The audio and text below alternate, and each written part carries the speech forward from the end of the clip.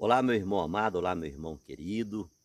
Que a paz do Divino Mestre Jesus continue reinando em nossos corações.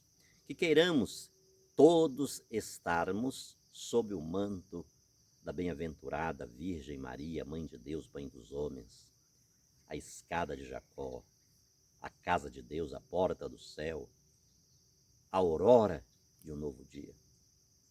Eu desejo a você toda sorte de bênção. Vou falar um pouco sobre a liturgia de hoje. E quero já agradecer você que chegou no nosso canal, que inscreveu-se, você que dá um like, você que compartilha, a você que comenta. Muito obrigado. A todos vocês que de uma ou de outra forma contribuem para que o nosso canal continue funcionando. Não duvide da sua importância e sou extremamente grato a você que prestigia o nosso trabalho. Ontem vimos um homem que está voltando poderoso, está voltando rico, senhor, com muitas posses. Um homem que volta robusto, mas que havia ido, tudo que levava era um bastão na mão. Tudo que tinha era aquilo. Mas vimos ontem Jacó retornando de Padã Arã, lá da casa do seu tio Labão, cheio de bênçãos. Falei para vocês, ele, 2 mulheres, 2 escravas, 11 filhos, cheio de Deus, cheio das bênçãos de Deus. Deus o abençoou grande e poderosamente e Jacó confiava nas bênçãos de Deus. Agora, é bom a gente refletir que, embora ele tenha conseguido muitos bens, uma prosperidade muito grande, as coisas não caíram do céu. Ele trabalhou e muito. Na casa dele, ele trabalhava se quisesse, porque o pai dele era rico. O pai Isaac. Ele e o irmão dele trabalhavam se quisessem. Tinha servos, criados, criadas para fazer tudo, mas lá em Padã Arã, na casa do tio Labão, e aquele tio dele, se Jacó era tido como esperto, o tio dele diz: sai daí. Já imaginou trabalhar 7 anos por uma mulher? Aí no final é enganado. O tio lhe dá a outra, não aquela pela qual ele tinha trabalhado. E alega um costume regional. Aqui não se costuma casar primeiro a mais nova, mas sim a mais velha. Aí lá ele trabalha mais 7 anos, olha aí, 14 anos. Trabalho de sol a sol, trabalho duro. Não foi fácil, mas Deus o abençoou. Deus o abençoou, mas ele trabalhou, lutou. E por isso ele retorna ontem. Ele vai com um cajado na mão e volta cheio de muitas posses, abençoado por Deus. Hoje a gente vê um pouco da história de José. Ele, que de escravo, torna-se governador do Egito. E a gente já começa a ver que entre aqueles que foram comprar trigo dos celeiros de José, seus irmãos, a fome estendeu-se por toda a terra. E os irmãos de José foram comprar trigo lá no Egito. Eles não o reconheceram, mas José o reconheceu. Aqui tem uma lição muito grande para nós, eu não vou entrar nisso. Sobretudo a gente que se comunica, a gente que está de alguma forma aparecendo em mídia, né? A gente precisa ter um cuidado muito grande. Porque nós não reconhecemos pessoas que estiveram conosco num evento, numa situação. Mas, às vezes, a gente não reconhece nem mesmo as brutalidades, as agressões que a gente faz com determinadas pessoas, agressões com palavras, não é mesmo? Gestos que não deveriam ser feitos, mas as pessoas reconhecem.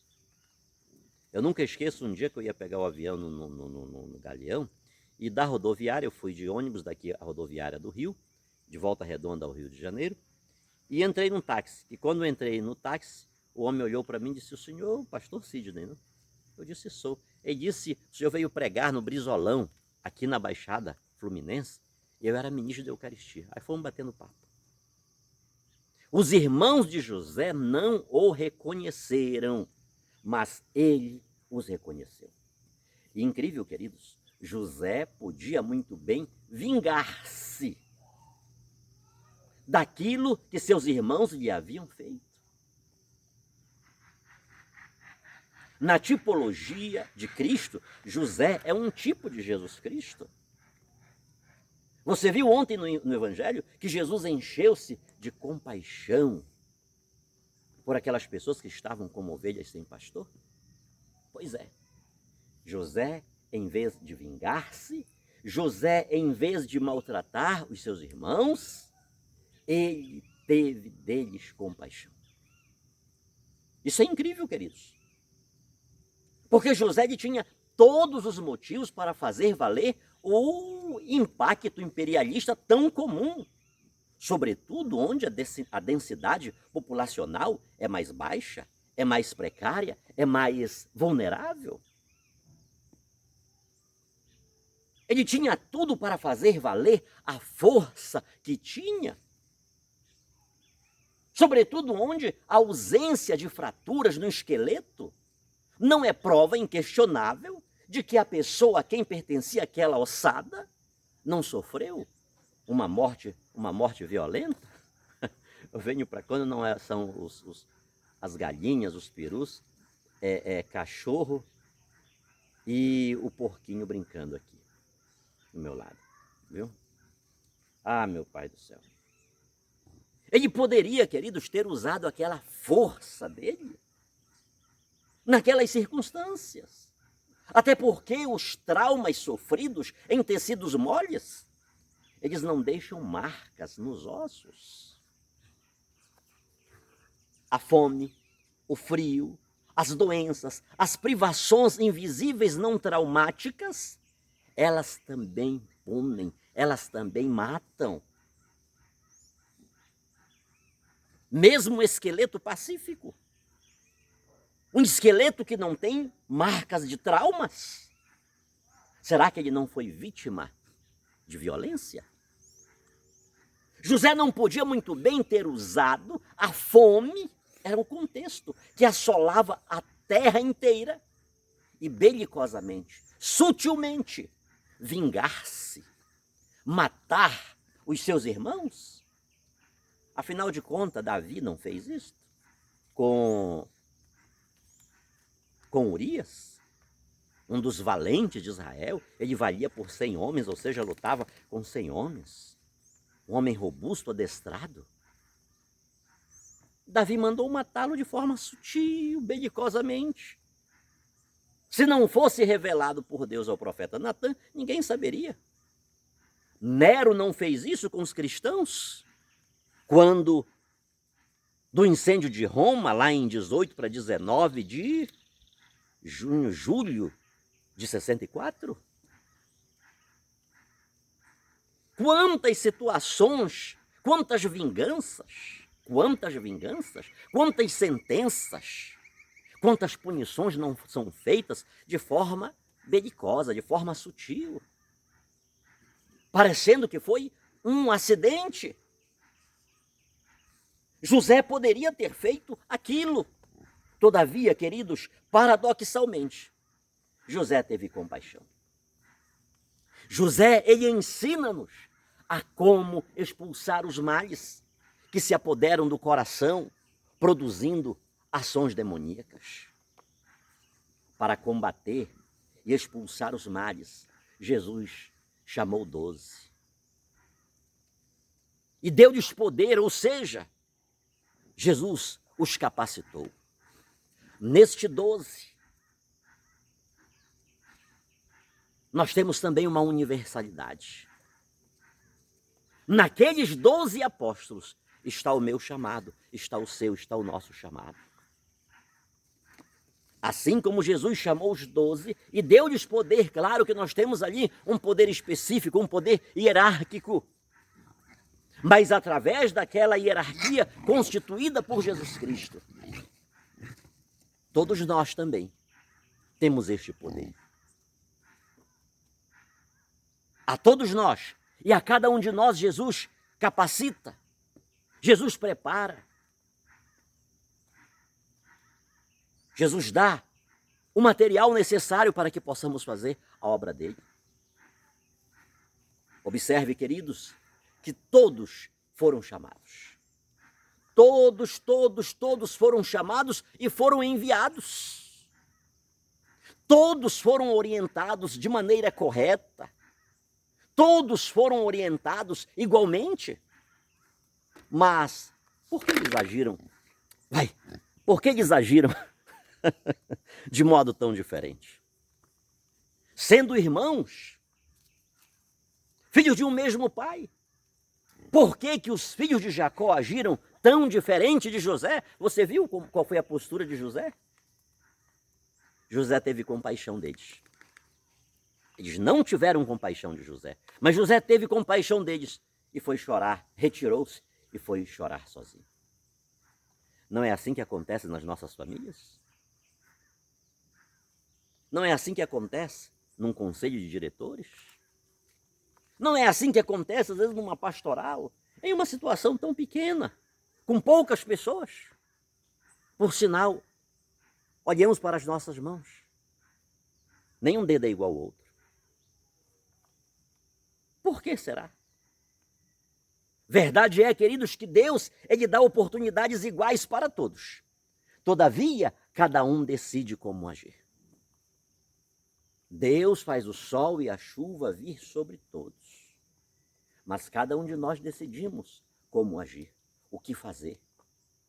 Se queremos ser um José, cheio de compaixão, ou se queremos vender o nosso irmão por algumas moedas. Jesus enviou os 12, as ovelhas perdidas, anunciando que o reino de Deus estava próximo. Ou seja, o reino de Deus está ao alcance de todos. O reino de Deus é paz, é amor, é misericórdia, é perdão, é longanimidade, é docilidade, é justiça, é verdade, é amor, é atenção. Não é fácil, queridos. O reino de Deus está ao nosso alcance. O reino de Deus está próximo, está perto de nós.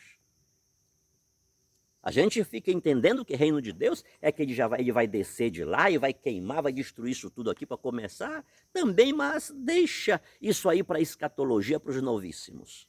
Enquanto isso não acontece e enquanto não morremos, vamos ter a certeza que temos necessidade do reino de Deus para bem vivermos nesta terra. O reino de Deus está próximo. Por que não vivemos bem?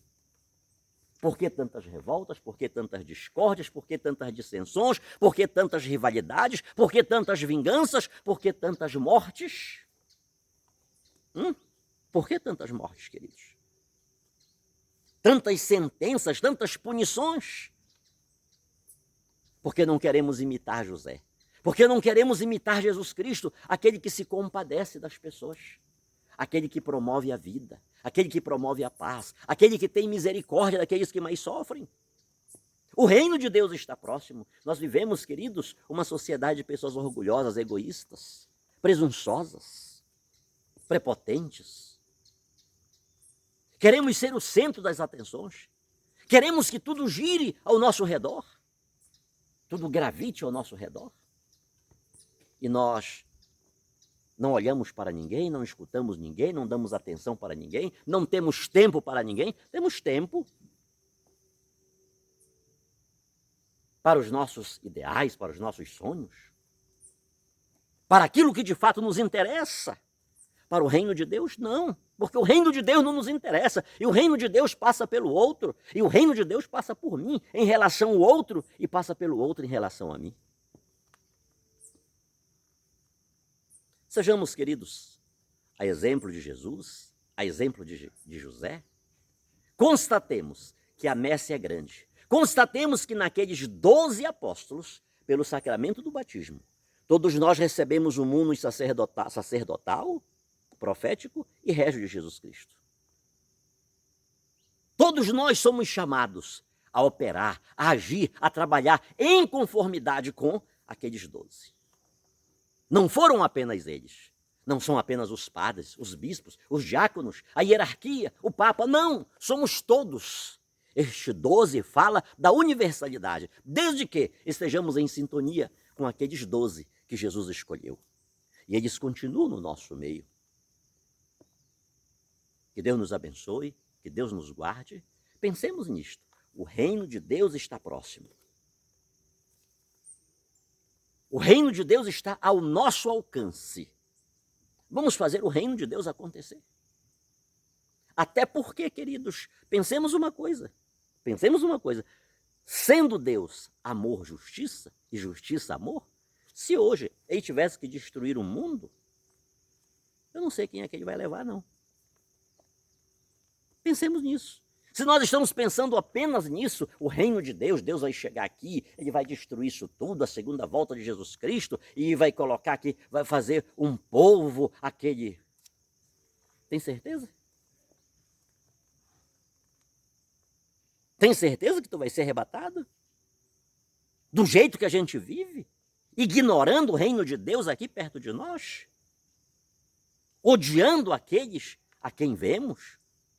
Com quem convivemos, com quem trabalhamos? Prejudicando as pessoas? Prejudicando as pessoas? Tem certeza? Hein? Pensemos nisto. Antes que isso aconteça. Tá? Volto a Spinoza, que dizia, olha, vive em sintonia com Deus e deixa o resto para lá. Vamos fazer o reino de Deus acontecer aqui, que se Deus quiser destruir o mundo, se Ele quiser habitar essa terra aqui com um povo que de fato vale a pena, nós possamos estar entre esses que fizeram valer a pena o reino de Deus enquanto aqui estavam, enquanto lembraram-se do seu Criador nos dias da sua mocidade, enquanto puderam fazer alguma coisa concreta para viver bem aqui nesta terra. Que Deus nos abençoe sobre todos nós hoje e sempre, a bênção desse Deus Todo-Poderoso, que é Pai, Filho e Espírito Santo. Amém, amém, amém.